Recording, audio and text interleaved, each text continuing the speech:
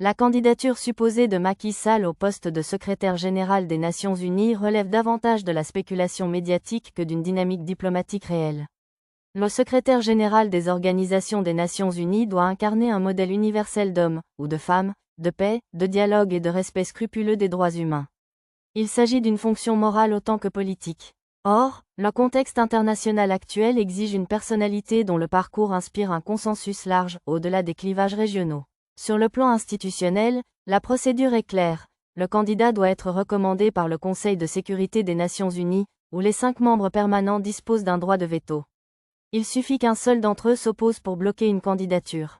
Autrement dit, aucune ambition personnelle ne peut prospérer sans un solide appui diplomatique mondial.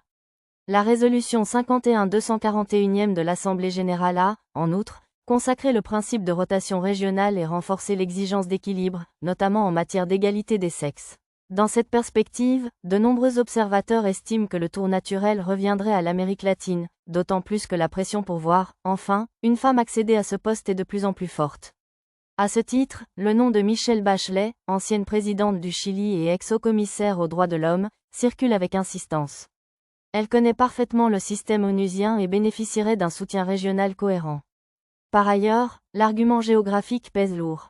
L'Afrique a exercé 2 mandats successifs avec Boutros Boutros-Ghali, 1992 à 1996, puis Kofi Annan, 1997 à 2006.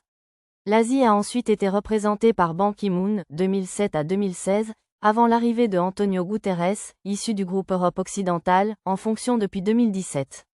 La logique diplomatique plaide donc, sauf rupture majeure, pour une candidature latino-américaine.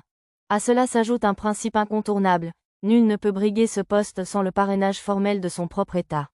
À ce jour, aucune déclaration officielle du Sénégal ne soutient une telle initiative, et le nom de Macky Sall ne figure pas dans la liste des candidatures officiellement communiquées.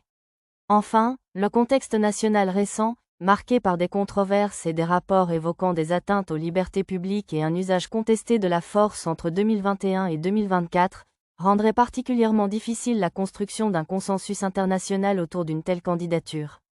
En définitive, davantage qu'une réelle dynamique diplomatique, cette hypothèse ressemble à une opération de repositionnement médiatique. Or, à ce niveau de responsabilité mondiale, la communication ne suffit pas, seule compte la crédibilité internationale adossée à un consensus solide.